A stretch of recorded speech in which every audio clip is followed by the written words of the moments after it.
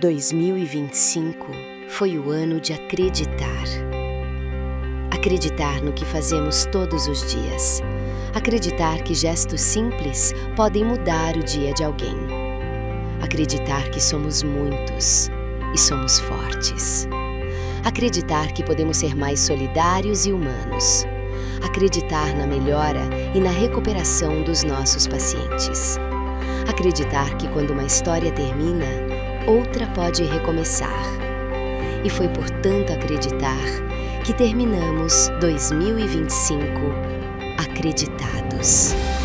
Que em 2026 a gente possa acreditar ainda mais no cuidado, na união, na vida. Feliz 2026! Santa Casa Presidente Prudente. Acreditado, ONI.